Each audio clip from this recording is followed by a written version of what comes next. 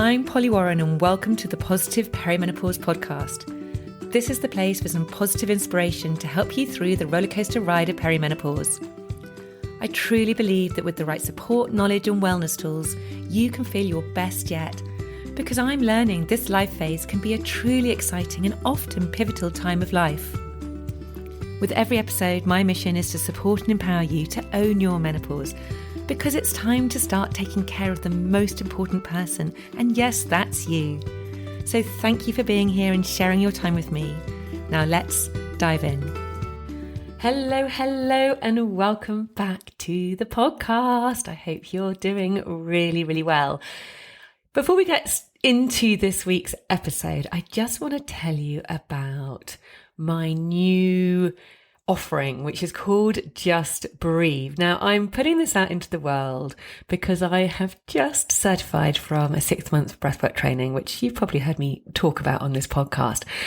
And I am just starting a new online community, which I would love to invite you to come and have a free trial for.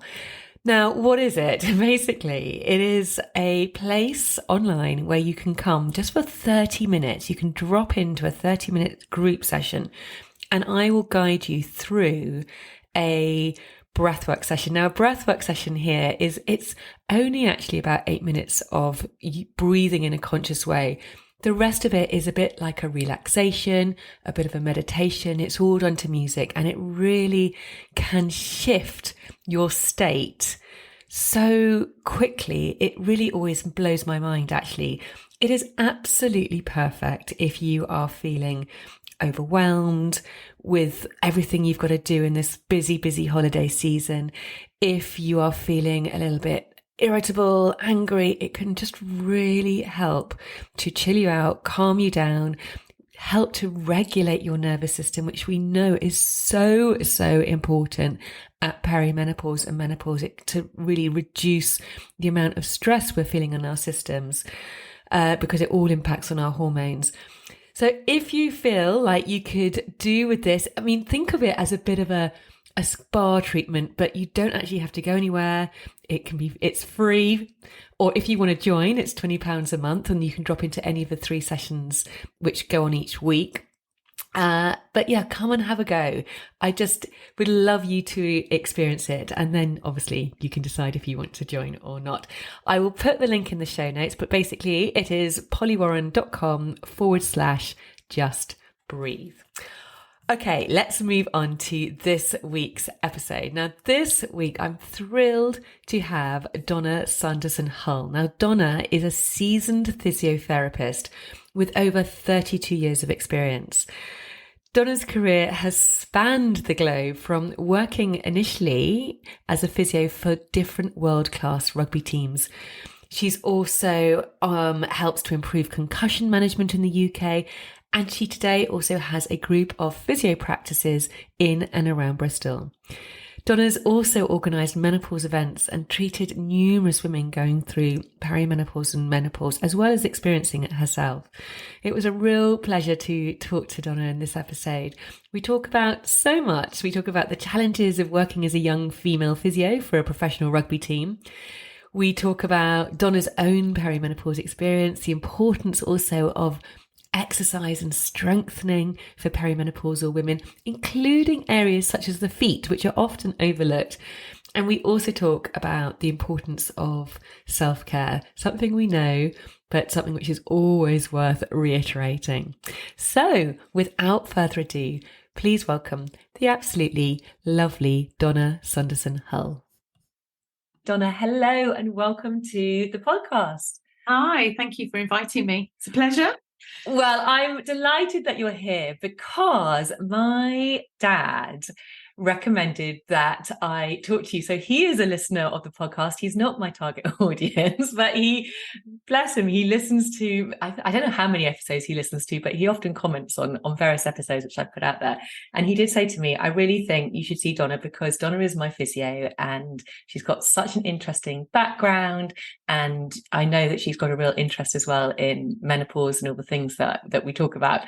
So thank you for coming on and talking to us. So Donna, I think a really good place to start would be, because you've been a physio for a long time, is it over 30 years, I read on your website? It's 33 years this year. Wow. So that's incredible. And it sounds as if you've had a really varied career over those 33 years. I'd love for you to tell us a little bit about how it all started. So I was fresh out of university and I was in school in North Wales. We're not Welsh, but we lived on the coast of North Wales, which is a beautiful place to be. And I decided I wanted to be a physio when I was 10 years old. Wow. My mum worked in a private hospital and it was a brand new hospital. And I got picked out of the crowd at 10 to go and stand on a wobble board. And I looked up at my dad and I said, Dad, I want to be a physio. And he said, well, you've got to be really clever to be one of those, love. And so that was where I decided to be a physio. So from North Wales, I left home and went to the Bath School of Physiotherapy, which was in 1988. And started a journey of physiotherapy, not really knowing a whole lot about all the different aspects of physiotherapy at the time. And just absolutely fell in love with the profession. And I've sort of worked in all different aspects. So we do rotations at the beginning. So you get to have a go in intensive care with pediatrics, working with children, care of the elderly, neurological, gynecology, incontinence, you name it, we do it. And then from there, I went to New Zealand and I got involved in professional sports. So I actually worked in a clinic with lots of professional athletes. And as it happened, quite a lot of the All Blacks used the clinic that I was working in. And so I cut my cloth really as being a sports physio out there. And that was probably in the 90s, and I stayed there for 6 years in the end in New Zealand. It was fantastic. Wow. How was that with all those big, beefy rugby players? It was just so much fun. But for me at the time, because I'd left almost the NHS to go and work in New Zealand, which was very much private healthcare, it was a very, very steep learning curve for me in that setting, and also working with professional sports people. And I was just so keen to do well and learn. I was quite diligent, I think, as a physio out there. I also worked in the community and got to work with lots of different cultures, Samoan and Tongan cultures. So that was absolutely fantastic. And when I came back from New Zealand 6 years later, when I put my CV out to tender, if you like, for just a locum job initially, I hadn't realised that my CV read pretty well for professional sports clubs. So I actually got picked up by Bristol Rugby, which is now Bristol Bears, and ended up becoming their physio for 6 seasons. And on the back of that, got a job with England Rugby for 2 years. So which was brilliant. So wow. Yeah, that was all great fun. And then I was told by their very top guy in the RFU at the time, if you want to carry on in this game, you need to go and get your master's degree, and then you'll go all the way to the top. So I diligently and promptly went off and did my master's degree, and ended up never really going back into the rugby in the sports setting. I ended up working in education for 15 years and set my practice up alongside it, and that's where I've been ever since. Wow, so it is incredibly varied. How was it working in a predominantly, I imagine, predominantly male environment as a young physio?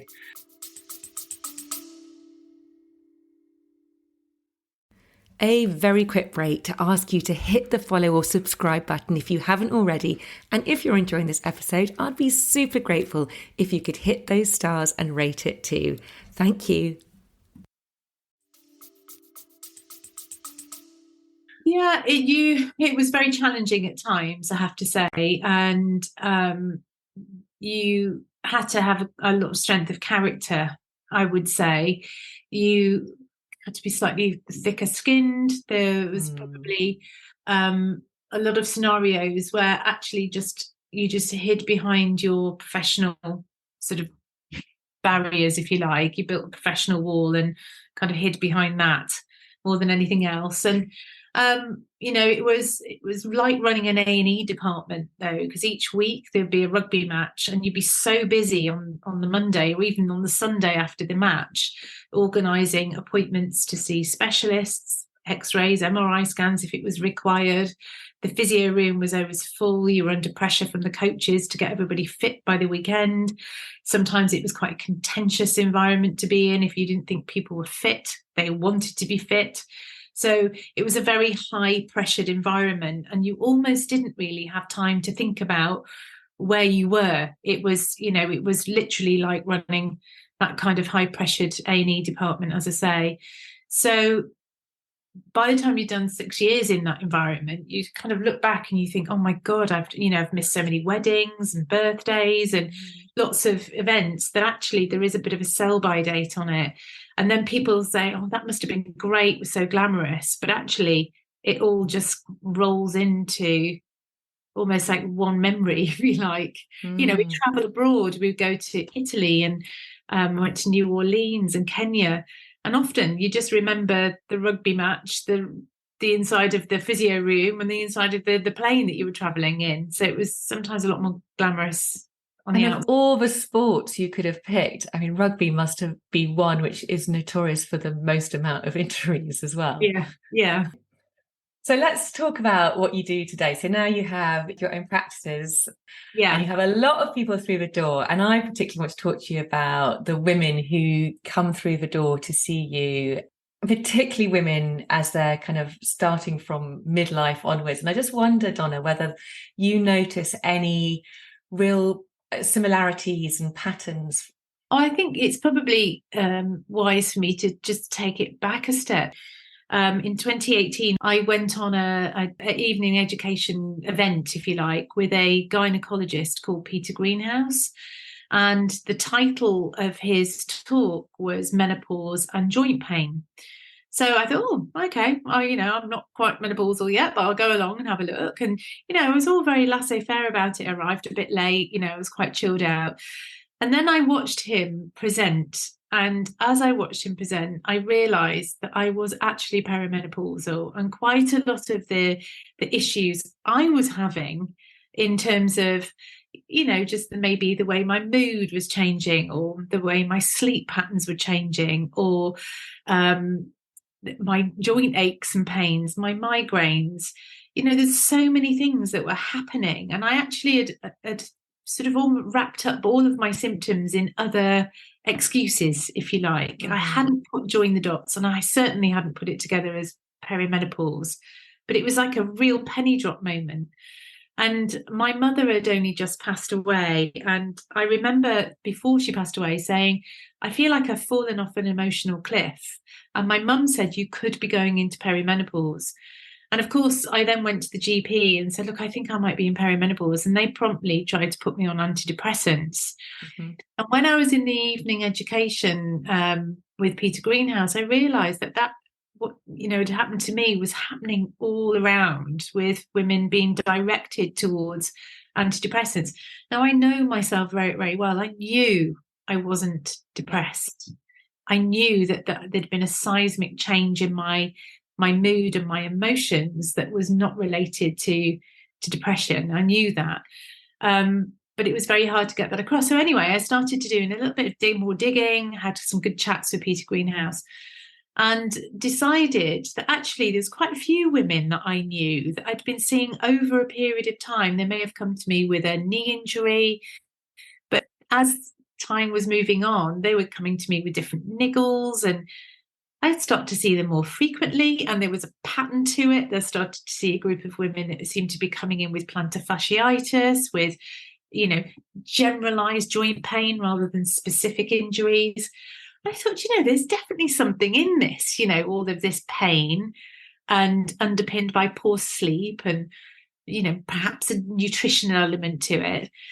So I thought, I'm going to organise a little education evening myself. I'm going to put something on for my patients. I'm going to have Peter Greenhouse speaking about HRT and menopause. I'll have a nutritionist. I'm going to have a physio talking about pelvic health and potential incontinence problems. I advertised it. thinking that we'd get 30 people on, that'd be brilliant. And within 24 hours, we had 120 people signed up. Wow. And I realised then, oh my goodness, there is a problem. This was pre-Davina.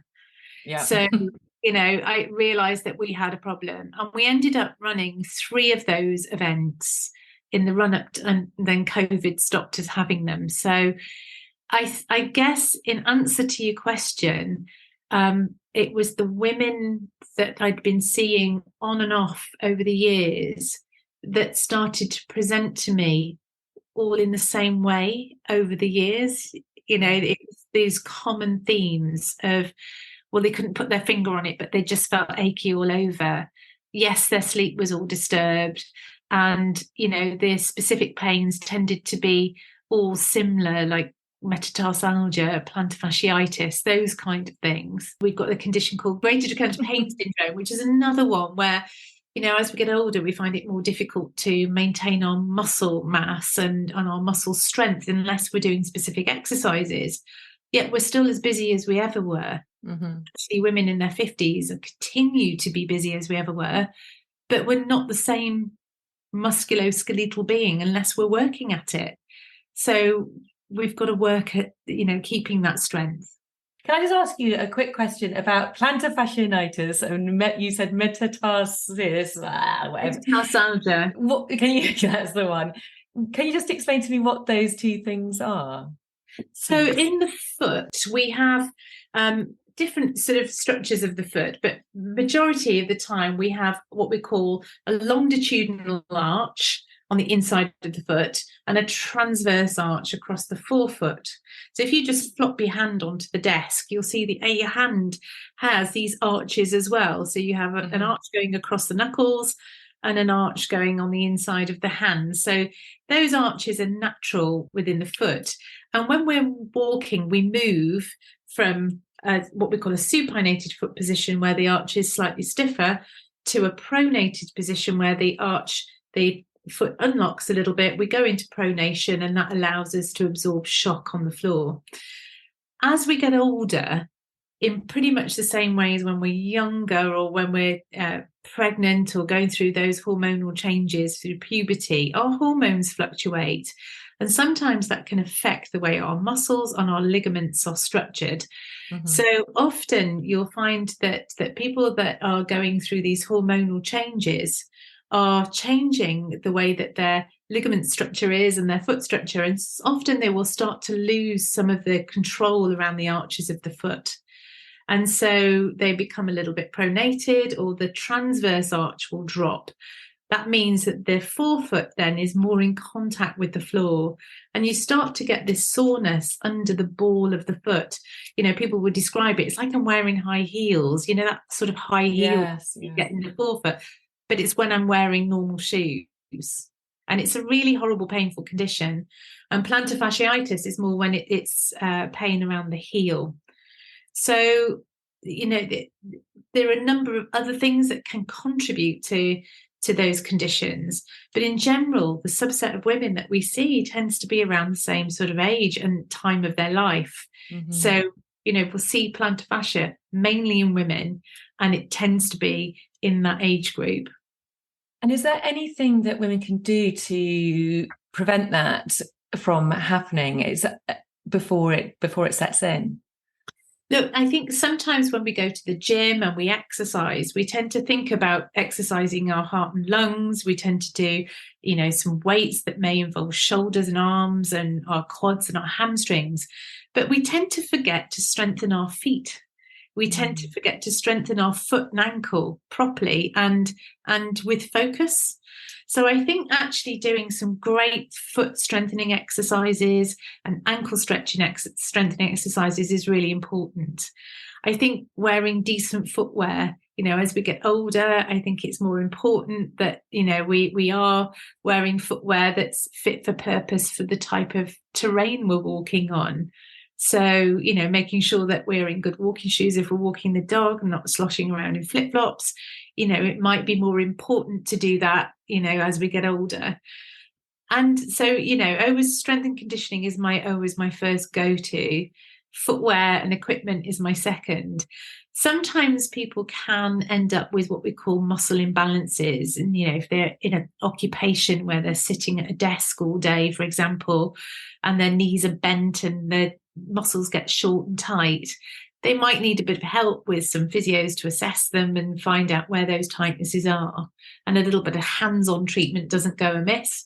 And, sports massage and stretching and, coupled with the gym, that all kind of helps. You've really kind of made me think about, do I do anything for my feet when I go to the gym? And I don't think I do much to my feet. So actually, it's made me really think that I need to do something. What would you recommend are the easiest things to do?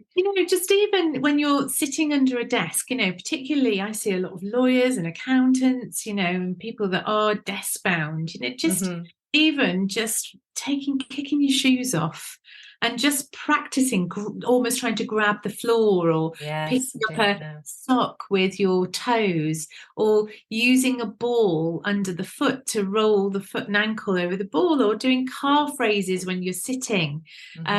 Just anything to try and keep you moving. Standing calf raises, an ideal easy win exercise. I'm doing them right now as we speak. Right back where I started, I told you I was 10. I was picked out of the crowd to stand on a wobble board. Standing on one leg when you're cleaning your teeth. That sort of thing. Standing on a cushion. Yes. Ideal. So you mentioned about our muscle mass. So we know we've talked about quite a lot on this podcast how we lose muscle mass and bone density as we age, particularly through midlife, and then that is accelerated post-menopause as well. What do you recommend, Donna, to your patients who, in order to keep strong? I mean, obviously you're a great advocate of strength and conditioning, but is there anything really which you could tell the listeners to really think about?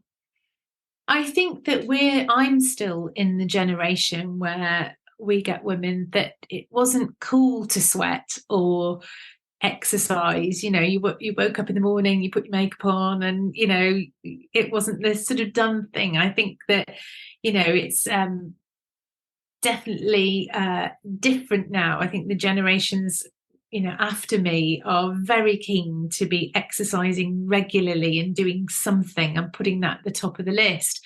But I still see women that, they're the bottom of the list in their household. They put no time to themselves. And I think that half the battle is getting people to take that time to say, it's okay for me to take time out of my day to actually find the space to exercise and work on me. Because if you've never done that, giving somebody a gym program is never going to land with them, because they're just not ever used to putting themselves first, and it seems almost selfish to do that. So I think that half the battle for me is getting people to say it's okay to take that time to exercise.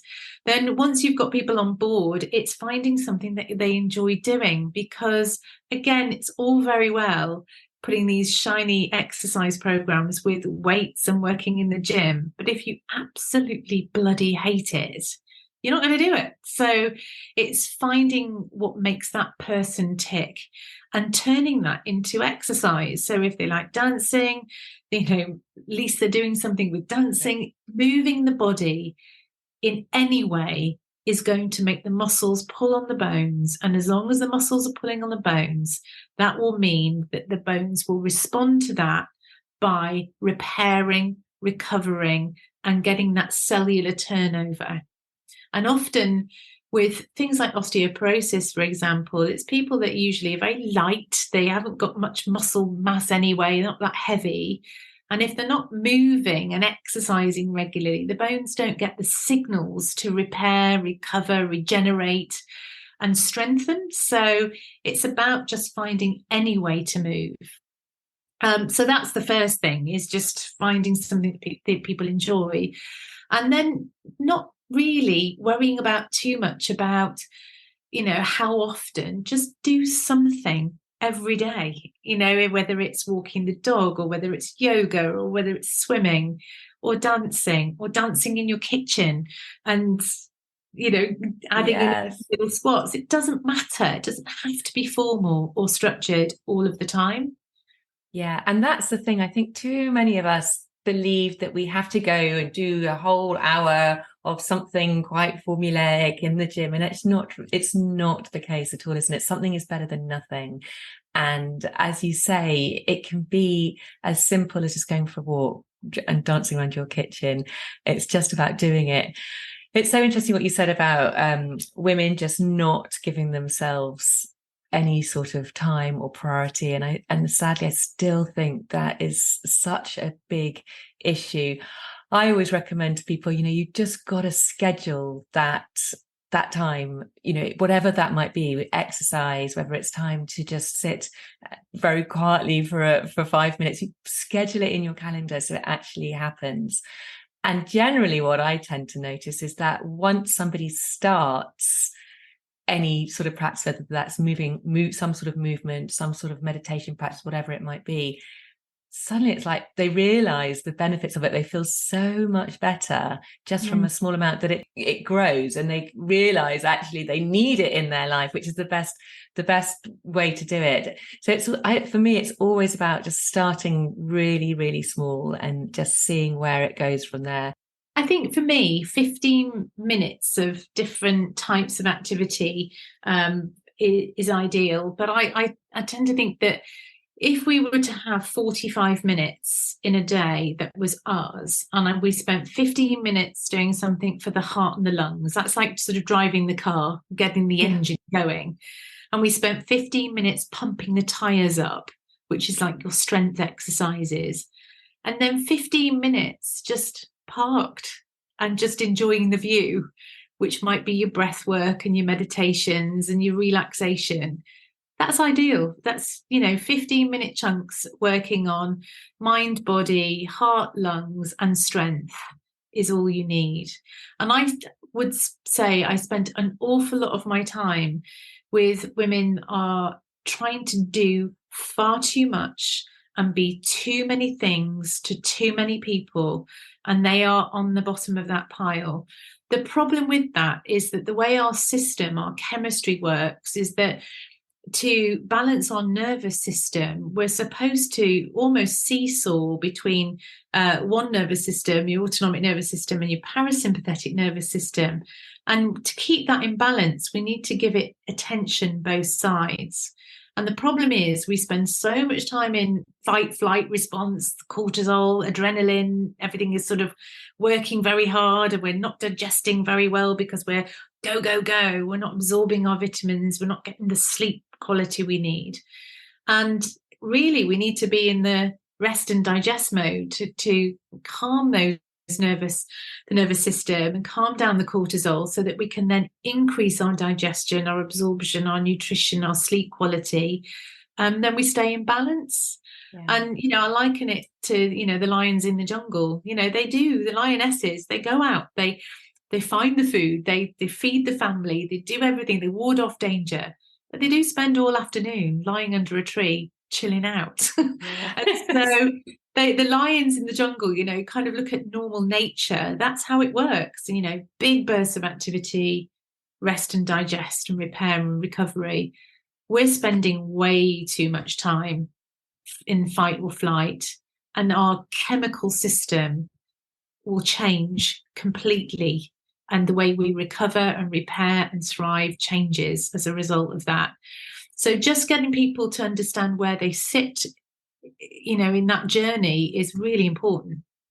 Yeah, because so many people are just stuck in fight or flight. With the breathwork training that I've done, we've talked an awful lot about that. And it's all about training ourselves to have that flexibility within our nervous system. And actually, there are tools that you can do to really help with that flexibility and to really shift between one or the other. The breath is a really great way of doing that, because actually how we breathe really influences how we think and feel. So if we're breathing really short and shallow breaths, and generally we're in that sympathetic state, we're feeling a little bit anxious, a bit stressed out. Whereas actually if we change our breathing and do some slower, deeper breaths, then the messages then are sent up to the brain to say, actually, I'm quite chilled out, I'm quite relaxed, I'm going to shift into that parasympathetic state. And actually your thoughts don't have to follow yet. Your body can do it first. So there are ways that you can really help yourself with that flexibility. But as you said, it's absolutely no use if you're still running around doing a million things all at one time. I really do see, particularly this stage of life, as a time where you absolutely have to slow down and start saying no to things. And every time you say no to something, it's saying yes to yourself. Whereas if you say yes to something, then it's basically saying no to yourself. So yeah, it's about really trying to put those boundaries in place. It's really difficult though, because we are in the sandwiches, aren't we, where we've got usually parents on one end and children on the other. Is the classic sort of, we're right in the middle.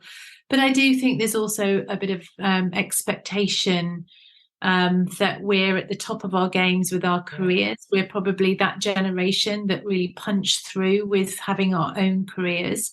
And we've worked hard to get where we are. And, we want to sort of reap the rewards of all that legwork we've put in with our careers. And yet we get there and realise, actually, I don't feel like I can do this anymore. There's too many balls to juggle with family and, my own health as well. And it becomes almost like an impossible task. Then I think that I'll see lots of women in here that will almost break down in tears because of that sort of realization that we can't do it all. And they don't know what's going to give first. And it's really hard to let go of a very, well thought out and hard work for career. But we do have to modify things. I think it's impossible to have it all. It is. And I think the story up until now has been, right, we can have it all. This is what we've worked so hard for, women's rights, all that. It's like we can live in this very male dominated world. And yet actually we're not built to live in that sort of 24-hour cycle of go, go, go, go as men are. We're cyclical beings. We work by a 28-day cycle instead of the 24 of it as men do. And yet we've been kind of pushing ourselves into this way of working. And so, as you say, something eventually has to give. So I have hope that the next generations coming through are becoming more aware of this, and women are finding other ways of doing things and actually listening to their bodies, working more with their cycles. Yeah. And, there's no doubt that there is evidence that concussion, for example, might actually have more ongoing effects at certain times of the month, depending on the levels of progesterone. So, we can't ignore the fact that, there are differences with our hormones in the way that we might recover from injury or even get injured. ACL, so one of the ligaments in the knee, it's been cited again that maybe there's a hormonal influence as to the time of the month that somebody is more likely to be injured. So we can't deny that. And that really goes hand in hand with, although we are trying to encourage women to set those boundaries so that we're not pushing ourselves too hard, I also feel it is important that we get the right advice about replacing some of those hormones. And I think there has been so much fear around using HRT. And I, for one, was always of the thought process when I was a younger woman that I probably wouldn't do HRT. I was going to tough it out and I was going to get through it. But actually I don't want to let go of all of my business. I know I need to set my boundaries, but I do still want to be, have clarity of mind, and I still want to have my mojo. So I still have reached out and got all the right kind of help that I need. So I'm on HRT, I'm on testosterone. So, I am still getting help and support. And I think that's okay for women to do that too. Set the boundaries, sure, but do get the help as well so that we can continue and make the choices about how we conduct our lives going forwards, and not just give in to it either. Yes, exactly. It's about, as I always say, we're also individual and unique and different. It really is about finding what works for you as an individual. As you say, really getting that support for you. And that's why, sorry to jump in there, that's why after I'd organised those sort of conferences, if you like, as they were in the end, because they were so big, in COVID, people were saying, I really miss coming to those events, because it was more about the women getting together for support.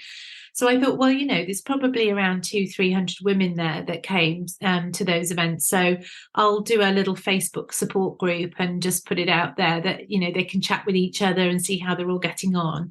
We now have 4,600 members on that support group, and it is international, I have to say. So sometimes there are little groups that go off, the ones that are in North America and so on and so forth.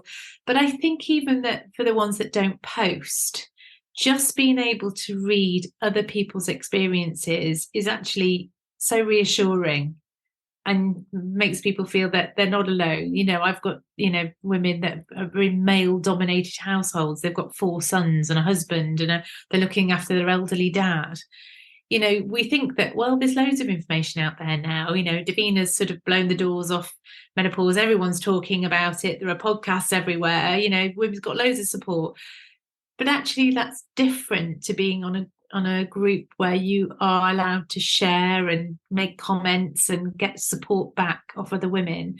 And if you are in that male-dominated household and you work in an environment perhaps that you haven't got really close friendships, but just work colleagues, you might not want to share some of those inner, personal things that you're going through. Being anonymous on a group like that is great. You can just get all the support you need.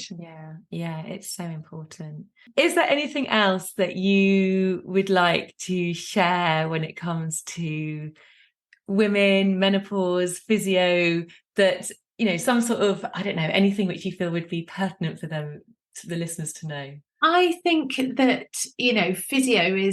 physiotherapy in itself is quite misunderstood, in that, often people will access physiotherapy if they've had an injury or they've got pain. But actually, I think I'm not talking about perhaps NHS services particularly, because obviously the NHS is really constrained with how much support they can give. But certainly physiotherapy in the wider community, in the private sector, there are lots of pelvic health physios that can help with incontinence issues. There are physios that may work with breath work and mindfulness. They may work with specific menopausal groups for gentle exercise. We run a ladies' health group, for example, for ladies over 50.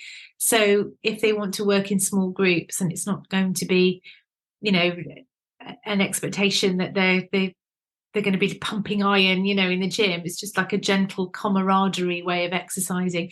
There are lots of physios and lots of therapists out there that can help, sports therapists, massage therapists, that can actually just help support all of us going through this journey in lots of different ways.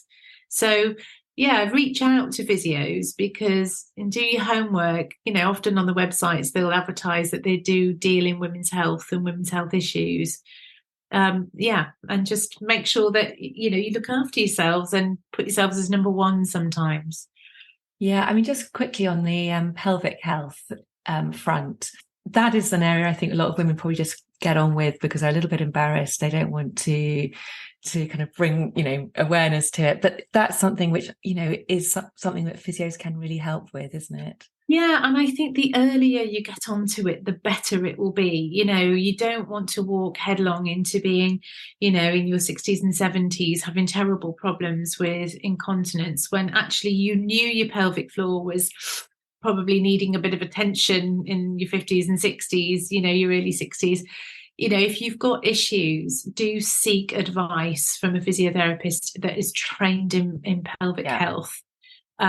Get proper information. There are lots of tricks and tools and things that they can do to try and strengthen your pelvic floor before it becomes a problem. Yeah. And I think because it's been such a taboo subject, and maybe the lack of knowledge that people are out there to help, we often see people that present very late, and it's more difficult to help them. Then they have to go into more invasive treatments, surgeries, and so on.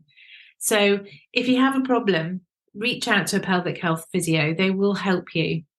Brilliant. My last question I ask all my guests is, because this is called the Positive Perimenopause Podcast, I like to give the listeners just one thing they can take away today and put into practice. What would be that one thing, Donna, that you might like to offer? Take 15 minutes and do something that you do not normally do. So if you are a gym goer and you're living life to your fullest, why don't you take 15 minutes to just perhaps do absolutely nothing? And for the ones that are quite good at doing nothing, why don't you go and have a 15 minutes doing something you've never done before, a new skill, or just something more active, and just, change it up a little bit. Just look at your personality type and think, I probably could do with spending more time in rest and digest, sitting under the tree, or I could probably do more 15 minutes more of doing more active stuff, and just put it in every day, 15 minutes. Yeah, love it. Donna, if anybody listening would like to get in touch with you, find out more about you, know where your practice is, where can they come and find you? So I'm based in Bristol in 4 clinics. We've got one in Ashton, one in Wynford, one in Yeo Valley, and one in Abbotsleigh. And you can contact me at Donna at blueskysportsphysio.co.uk. Thank you so much, Donna, today for coming on the podcast. It's been really fantastic chatting to you. Thank you for sharing all your brilliant wealth of experience with us. So yeah, thank you so much. I hope it's been helpful. I'm sure it's what people have heard before, but I just like to think that we're all in the same journey. We're all in the same boat. Sometimes just having somebody to talk to is always good. Yeah, exactly. Thank you. Take care. Thank you. Here are this week's takeaways. Number 1, keep your body moving. Find an activity that you enjoy and do it regularly. Number 2, hormonal changes at menopause even affect our feet. Strengthening exercises to the feet and ankles can help to reduce foot pain. And remember, it's important to wear appropriate footwear that supports your feet.